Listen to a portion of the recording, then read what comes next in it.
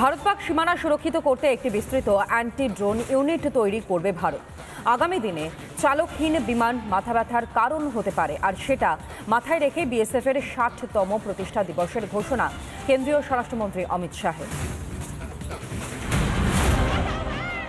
একদিকে অশান্ত বাংলাদেশ, পদে পদে ভারত বিদ্বেষের হুঙ্কার দিচ্ছে ইউনুস সমর্থিত পন্থীরা। তারই মধ্যে রবিবার অ্যান্টি ড্রোন ইউনিট তৈরি করার কথা ঘোষণা করল ভারত সরকার। 6 दशक से सीमा सुरक्षा बल ने हमारी सुरक्षा को चाक चौबंद रखा है और ये देश की बढ़ती हुई सुरक्षा जरूरियातों को आपके बगैर ये पूरी करना ये असंभव है। इसीलिए 25 बटालियन से शुरू हुआ ये बल आज 193 बटालियनों तक पहुंचा है। ये विश्व का सबसे बड़ा सीमा रक्षक बल है।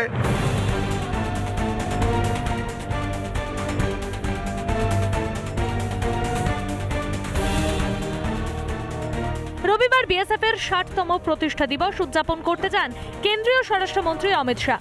সেখানেই বর্ডার সিকিউরিটি ফোর্সের ভূয়সী প্রশংসা করেন তিনি। তার সঙ্গে বর্তমান পরিস্থিতিতে সীমান্ত সুরক্ষা নিয়ে দেশের চিন্তার কথাও বলেন কেন্দ্রীয় স্বরাষ্ট্রমন্ত্রী। उचित सुधार कर कर पूरी पाकिस्तान और बांग्लादेश की सीमा पर ये comprehensive integrated border management system को हम लागू करेंगे। ভারত পাকিস্তান সীমান্ত থেকে প্রায় ৩০০ কিলোমিটার দূরে লেজার সজ্জিত অ্যান্টি ড্রোন পরীক্ষামূলকভাবে ব্যবহার করা হয়েছে। পরীক্ষার ফলও আশা জাগিয়েছে। আগামী দিনে ড্রোন হামলা আটকাতে এই প্রযুক্তি ভারতকে সাহায্য করবে বলে মনে করা হচ্ছে। রিপাবলিক বাংলা। আর এদিকে ভারতকে সব রকম ভাবে আশ্বস্ত করতে চায় ডিপ স্টেট। এবার ডিপ স্টেটের সঙ্গে কংগ্রেস নেতা রাহুল গান্ধীর যোগসাজশ নিয়ে বিস্ফোরক অভিযোগ বিজেপির। সরাসরি লোকসভার বিরোধী দলনেতাকে দেশদ্রোহী আক্রমণ করলেন বিজেপি সাংসদ সম্বিত পাত্র। সত্য ঢাকতে এসব তথ্য খাড়া করছে বিজেপি, পাল্টা অভিযোগ বিরোধীদের। आज एलओपी लीडर ऑफ अपोजिशन को देशद्रोही कहने में किसी प्रकार की कोई संकोच मुझे महसूस नहीं हो रहा है।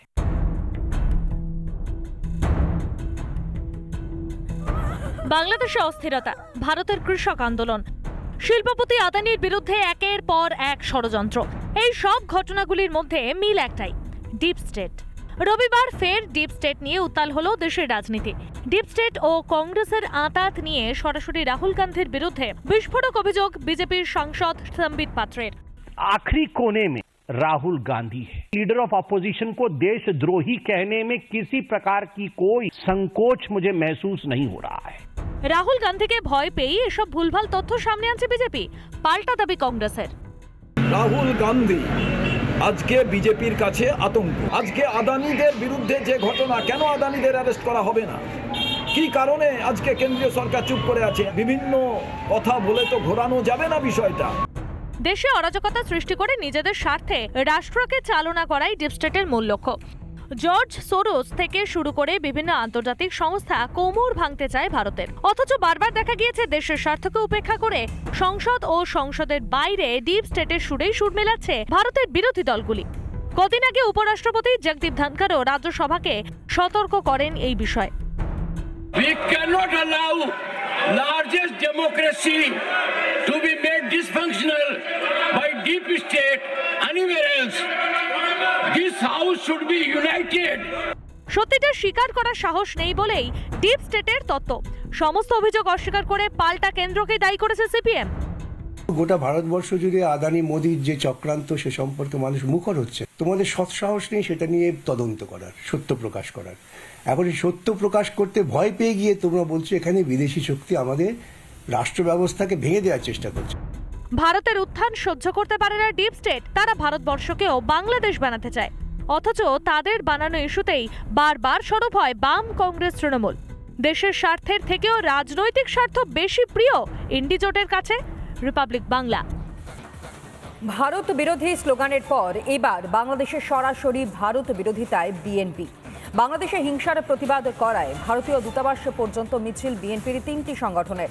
রামপুরায় বিএনপির মিছিল আটকে দেয় পুলিশ। ভারতীয় হাই কমিশনারকে স্মারকলিপি জমা বিএনপির।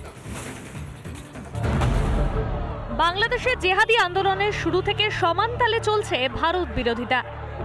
ভারত তাদের মামার বাড়ি, বাংলা ছাড়ো তাড়াতাড়ি, ভারত তাদের মামার বাড়ি। ঢাকা বিশ্ববিদ্যালয়ে উঠেছে ভারত বিরোধী স্লোগান।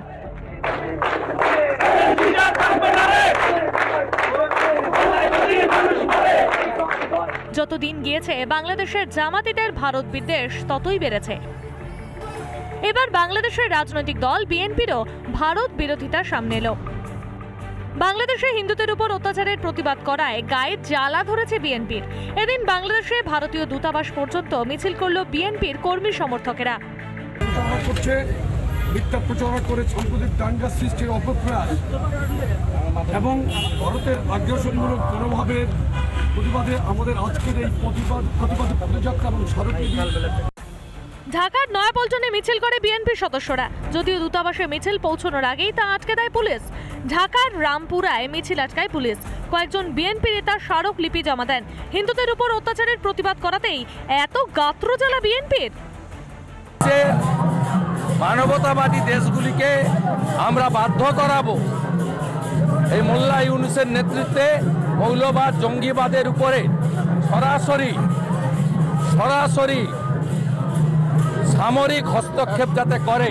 তারা এই মুহূর্তে বাংলাদেশের একটা মৌলবাদী অংশ, তারা পাকিস্তান এবং চীনের কাঠপুতুল হয়ে তারা ভারতের সঙ্গে একটা শত্রুতার বাতাবরণ তৈরি করতে চাইছে।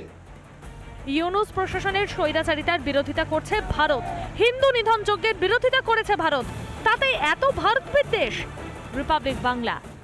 নানা ধরনের কন্টেন্ট দেখার জন্য লাইক করুন, শেয়ার করুন আমাদের ফেসবুক পেজ, সাবস্ক্রাইব করুন আমাদের ইউটিউব চ্যানেল। পাশাপাশি অন্যান্য ব্রেকিং নিউজের জন্য অবশ্যই চোখ রাখুন রিপাবলিক বাংলায়।